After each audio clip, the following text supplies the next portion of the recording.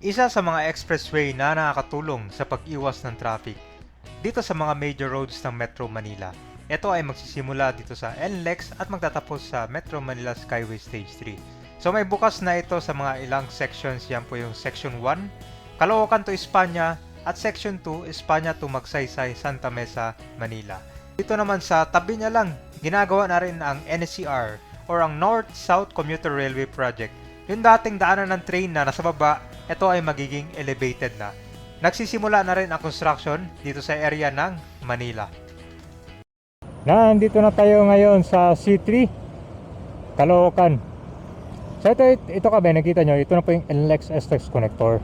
So pag galing kayong Caloocan papuntang Manila, 7 minutes na lang. Ito yung expressway na nagdurugtong dito sa NLEX Harbor Link. At ito papunta na to ng Santa Mesa, Manila. So diyan nagtatapos. Sa ating i-update kayo, ito na yung karugtong na ginagawa ng NLEX STEX connector. Tsaka ginagawa na rin yung NCR project. So ang daming mga bahay na nawasak dito. Ito yung entrance sa papuntang Espanya. So, kakanan na kayo dyan, no? Ayan, so ito yung, kita mo tong Riles Kabayan. Ito yung dadaanan ng train. So kung dati, dito sa baba dadaan, ito ay magiging elevated na. So far dito, nandito pa yung Riles ngayon, hindi pa siya nabaklas na. Ito yung sitwasyon dito sa ilalim, guys. Magpuntahan nyo naman to sa, ito, papuntang Manila na to eh. Yan. So natanggal na rin pala yung mga kwan dito, mga barong-barong. Ito, dahil mga nakatayo dito dati sa release ng train. Doon sa Manila, mas marami din. Pero ngayon, unting-unting ako na to, naubos. Para meron kang idea, guys, kung saan dadaan tong train, no? Dito siya. Hindi pa sinisimulan yung construction. Siguro hindi kasing taas dyan sa may itong ramp ng LXS connector eh.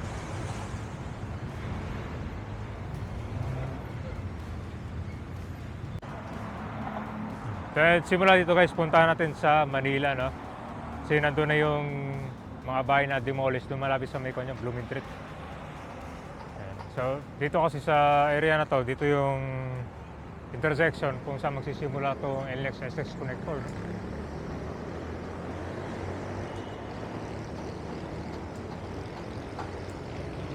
Yan. So let's go.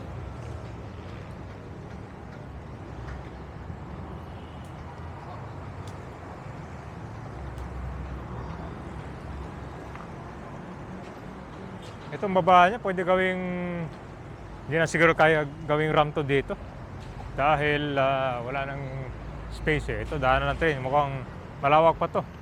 Itong gagamitin na space yan para gagawin yung elevated na train. So ito naman yung expressway. Now dito yung ramp niya.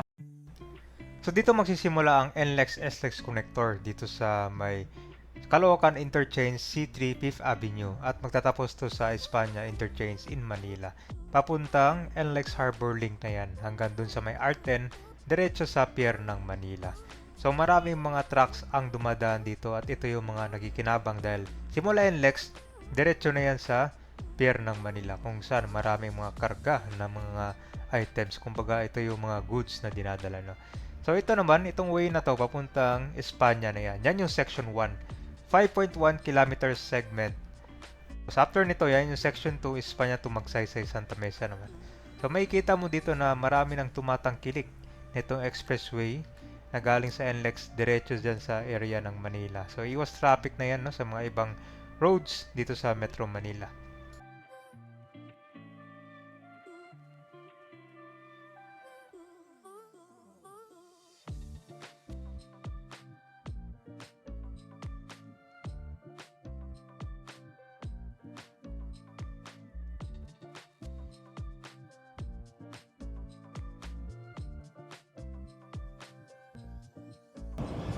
So dito yung sa area kung saan ito yung Panimbakumpat. Nagsimula na rin sa Blooming Street itong NLEX SX connector tsaka NCR project.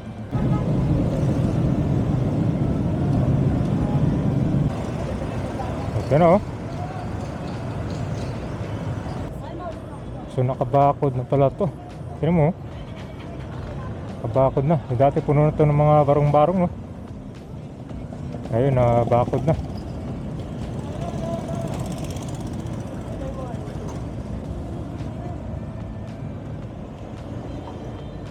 Sarado na siya. So dito yung mga bahay na natapyas, no?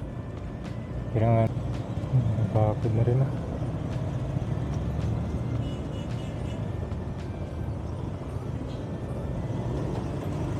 Ayan. So ito na yung siya, nagsisimula na rin dito. Binakod na rin siya. Pero mukhang hindi tatamaan tong mga bahay dito, no? Masagip pala yung daanan dito, hindi pwede sasakyan. Mga motor lang yung mga kadaan dito.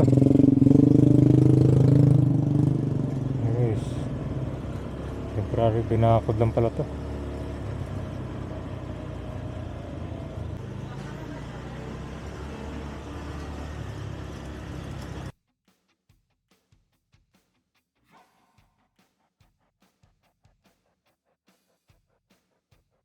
Pulis na pala yung mga gusali dito, oh. Yan yung mga ibang establishment dito. Wasak na pala, oh. Yan guys, kita mo yan, oh. Yan yung nawasak dito. Dati yung kwanto, benda ng mga peso to dati. Wala na. So dito wala na rin, no? Sinirado.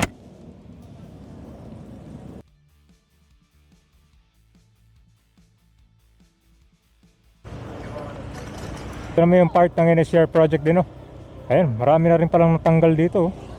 Pati yung mga kabayan, no? Mga barong-barong wala na rin. Ayan guys, so okay, nagsisimula na rin yung NSCR dito sa area ng Blumentritt to. Wala, no?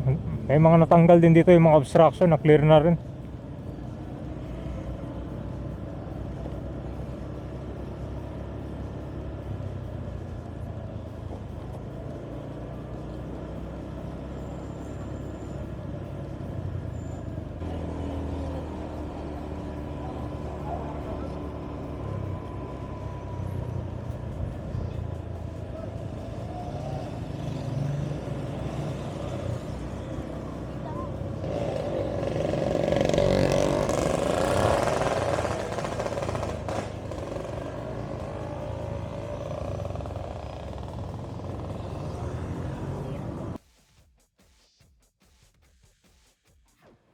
So yan yung project details. Dami, no?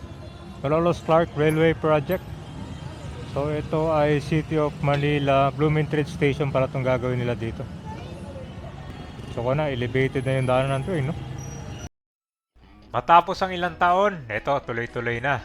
Kala nyo ka ba na natingga ng ilang taon to dahil sa right of way issue?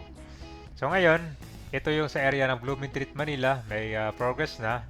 Ito yung civil works para sa Solis Blumentritt section. So nag-start pa to nung last year pa. Diba? Kitang-kita mo naman, no? Ang daming mga barong-barong dito dati. Hindi ko alam kung gaano kataas tong NSCR. Siguro kapantay or mas mababa or mataas, no? Yan. Ito po yung LRT Blumentritt Station.